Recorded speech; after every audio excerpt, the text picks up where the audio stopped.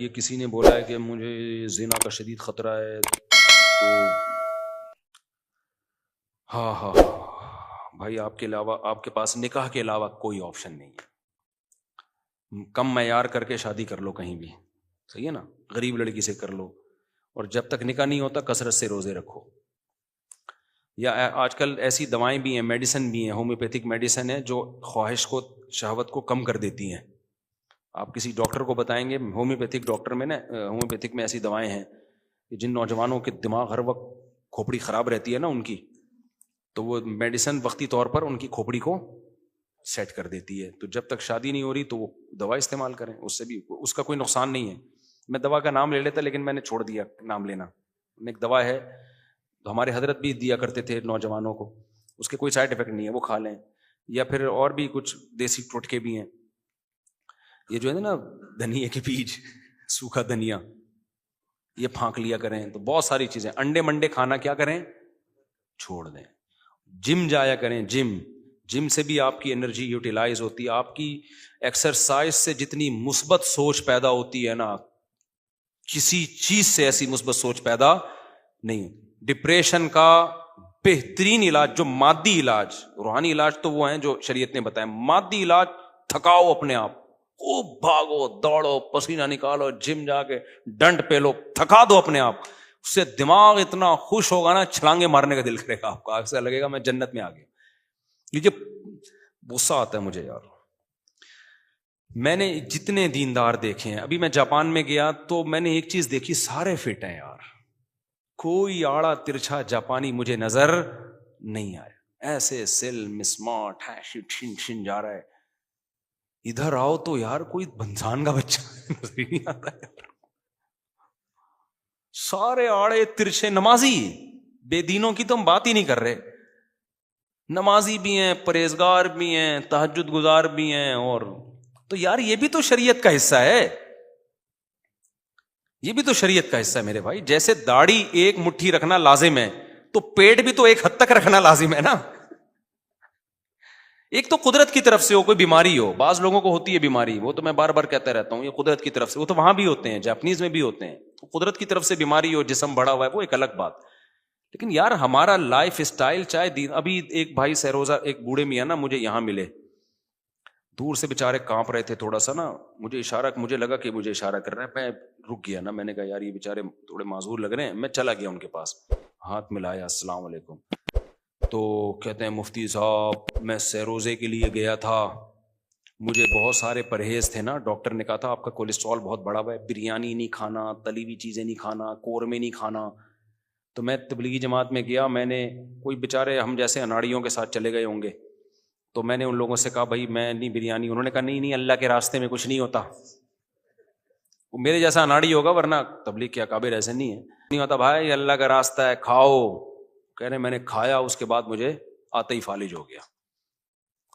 تو کہہ رہے وہ بڑے غصے میں تھے. تو میں نے کہا بھائی تبلیغ کو برا نہیں کہو، انہوں نے کوئی گن پوائنٹ پہ تھوڑی کے لایا ہے. تو ہمارا جو دیندار طبقہ ہے میرے بھائی، کھانے پینے میں بہت غلط ہے یار. اتنی حدیثیں ہیں نا نبی صلی اللہ علیہ وسلم کی. میں تو کہتا ہوں بھائی 6 نمبر تبلیغ میں 7واں، بلکہ تبلیغ میں سکھایا جاتا ہے، نمبر ہے کم کھانا ہے، کم سونا ہے، کم باتیں کرنا ہے. ایک ہم تبلیغ بھائی نے مجھے بتایا کہ یار ہم لوگ کے اکابر تو کہتے ہیں کم باتیں کرو، کم کھاؤ. جب کم کھاؤ گے تو نیند بھی کم ضرورت پڑے گی، کم نیند میں وہ فائدہ حاصل ہو جائے گا. تو کم باتیں کرو.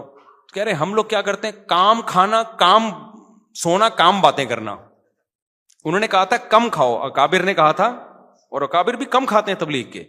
اکابر نے کہا تھا کم باتیں کرنا، کم کھانا، کم سونا. ہم نے ایک الف بڑھا دی، ہم نے کہا کام کھانا، کام باتیں کرنا، کام کیا ہے، سونا ہے. تو میرے ایک استاد سال لگا کر آئے، اتنے صحت مند ہو گئے نا ماشاءاللہ، بڑے لال ٹماٹر بھی ہو، وزن بڑھ گیا ٹھیک ٹھاک. میں نے کہا استاد جی آپ سال کے بعد اتنے موٹے، وہ تھے مزاحیہ.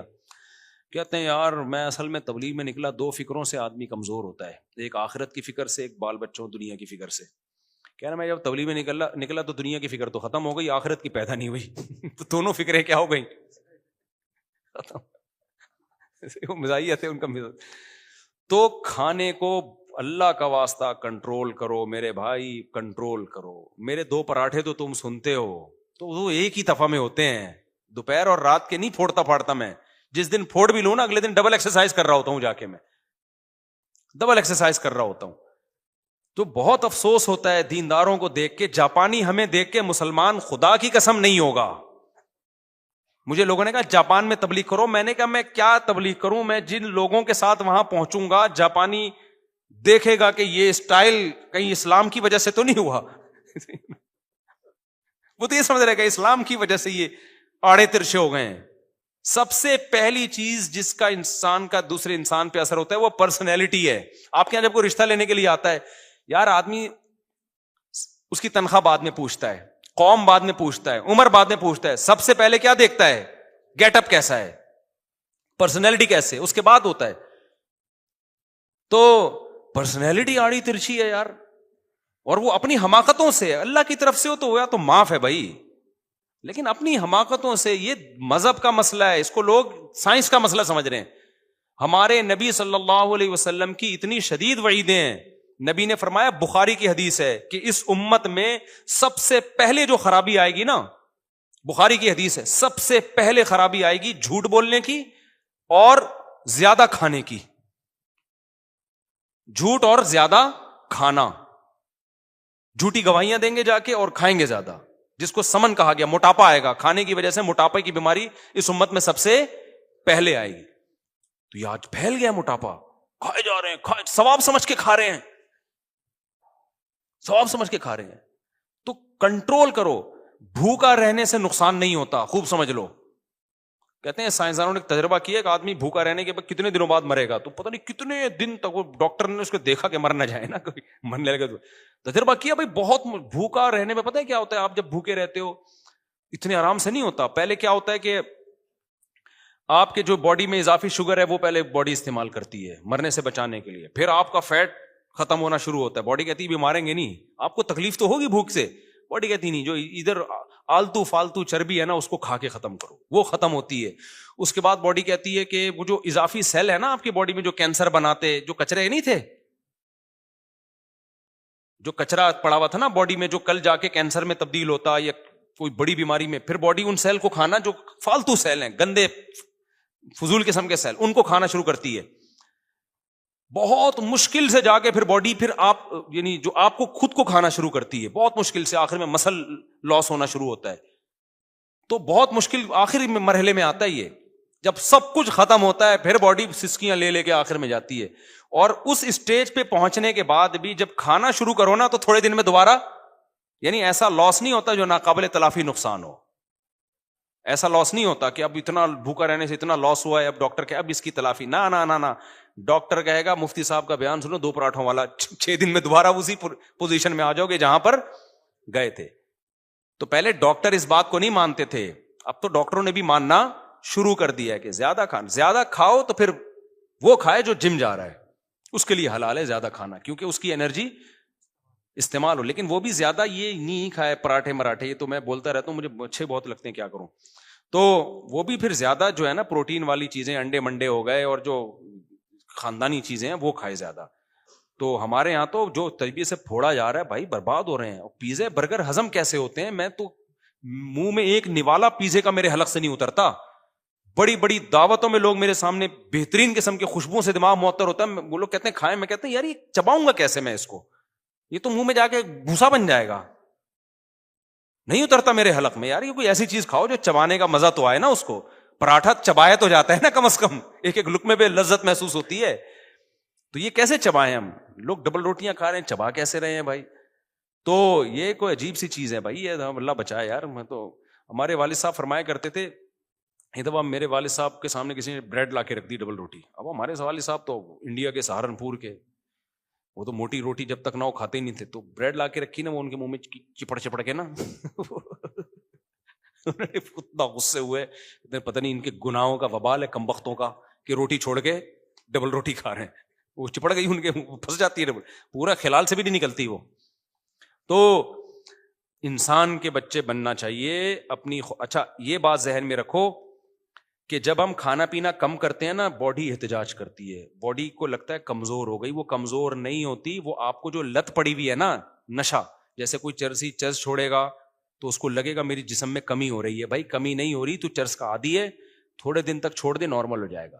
تو ایسے جب آپ اپنا کھانا پینا کم کرتے ہو نا, تو آپ کو باڈی میں لگتا ہے کمزوری ہو رہی. وہ کمزوری نہیں ہوتی, وہ آپ کی باڈی کو چونکہ لت پڑ چکی ہے, نشہ ہے, وہ جسم ٹوٹ رہا ہوتا ہے. تو 21 دن ماہرین کہتے ہیں کہ کوئی بھی خوراک 21 دن تک کنٹینیو کر لو نا, یہ اپنے لائف اسٹائل کو, تو 21 دن میں عادت پڑ جاتی ہے. تو ابھی رمضان آنے والا ہے نا 1.5-2 مہینے بعد, تو رمضان میں ارادہ کر لو اپنی خوراک کو خاندانی بنا دیں گے. سمجھ رہے ہو, بھوکا تو رہ نہیں ہے, تو افطاری میں کنٹرول کر لو, پکوڑے مکوڑے نہ کھاؤ افطاری میں, کھجوریں کھاؤ, زیتون پیو.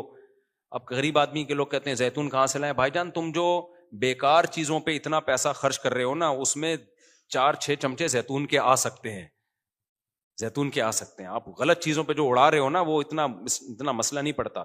تو یہ رمضان میں پیکج بنا لیں کہ یار اپنی خوراک کو کیا کرنا ہے, کنٹرول کر کے ایسے اپنے پیٹ کو کم کرنا ہے. ہمارے نبی کو موٹے پیٹ, جو کھانے کی وجہ سے اس سے نفرت تھی. آپ نے ایک یہودی کا تون دیکھی جو کھانے کی وجہ سے, میں بار بار کہہ رہا ہوں, کسی ویسے ہی نیچرلی ہو تو ایک الگ بات ہے. بڑے بڑے بزرگ ہم نے دیکھے ہیں بہت تھوڑا کھاتے ہیں لیکن ان کا پیٹ بڑا ہوا ہے, وہ قدرت کی طرف سے. آپ نے ایک یہودی کی تون دیکھی نا, کھا کھا کے موٹا ہو گیا تھا, اتنی لمبی. تو آپ نے فرمایا تو نے کیا تورات میں نہیں پڑھا کہ اللہ کو موٹے پیٹ والے سے نفرت ہے؟ تو یہ جو کھا کھا کے گینڈے ہوتے جا رہے ہیں اور کہ کھاؤ بس اللہ کے نام پہ کھاؤ, تو کچھ بھی نہیں ہوتا.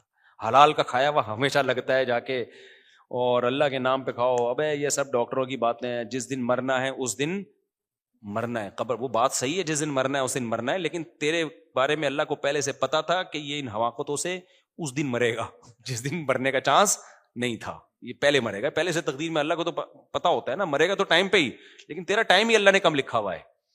اللہ کو پتا ہے کہ یہ نالائق اتنی تقریریں سن کے بھی ٹس سے مس نہیں ہوگا. تو یہ بہت زیادہ ٹائم ہو گیا, بس میرا خیال ہے کافی ہے, باقی یہ سوالات پھر جمعے کو دے دیں. تو اپنے آپ کو نا جاپانیوں کو مسلمان بنانا ہم نہیں بنا سکتے بھائی, سیدھی سی بات ہے. نہ جھوٹ اتنا بولتے ہیں, خیانت اتنی, لائنیں توڑ رہے ہیں, اب ان کو تبلیغ کرو گے یار اسلام کی, تو اس لیے تبلیغ والے غیر مسلموں سے زیادہ اس مسلمانوں کو فوکس کر رہے ہیں. پھر تبلیغ میں بھی تو ہم جیسے ہی لوگ لگے ہوئے ہیں نا, ہم جیسے ہی لوگ لگے ہوئے ہیں, وہ پھر تبلیغ کو بھی بدنام کر رہے ہوتے ہیں آڑے ترشے. تو آپ کو تمیز کا انسان نا ایکٹیو چلو, تو پتا چلے کوئی بندہ انسان چل کے جا رہا ہے. تو آڑا ترشے موٹے آڑے ایسے ہی مل رہے ہوتے. جیسے ہی میں کراچی میں اترا, میں نے دیکھا بھائی ہمارا تو پاکستان تو پھر ایسا ہی ہے. تو جیسے ہی باہر نکلو وہ ادھر پڑا ہوا ہے, کوئی ادھر پڑا ہوا ہے, کوئی بات کیسا کرتا ہے گٹکے والا, دیکھا ہے آپ نے؟ بات سوساں بولے گا وہ کیسے بات کر رہا ہو. بہت ہمیں ریپیئرنگ سے اب ہم صحیح نہیں ہو سکتے, ہمیں کھول کے دوبارہ جوڑنا پڑے گا. اب جاپان اگر 6 سال میں ہمیں اسکول میں داخلہ بھی دے دینا, ہم ٹھیک, ہم کھولیں گے دوبارہ سے. جو جاپان میں گاڑیاں کھلتی ہیں ادھر چمن میں آ کے جڑتی ہیں, تو اب ہمیں بھی یہاں کھولیں گے, جاپان میں جا کے جڑیں گے.